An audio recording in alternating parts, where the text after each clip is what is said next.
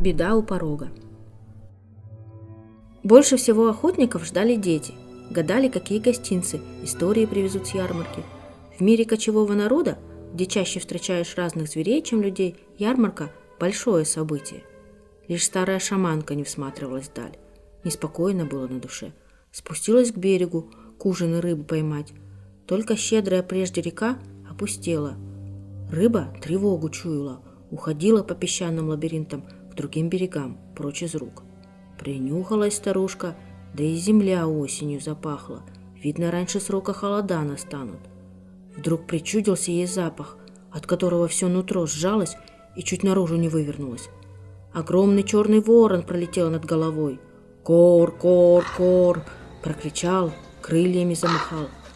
«Дурной знак!» кивнула шаманка, приветствуя ворона. «Мудрая птица понапрасну пугать не станет». Тем временем мужчины из стойбища воротились, вьюки мешки с оленя сняли, лабаз наполнили. Говорились в голос, смеялись громко, а по глазам видно – уставшие. «Упэ! Упэ!» – кружилась маленькая кантыкан вокруг бабушки.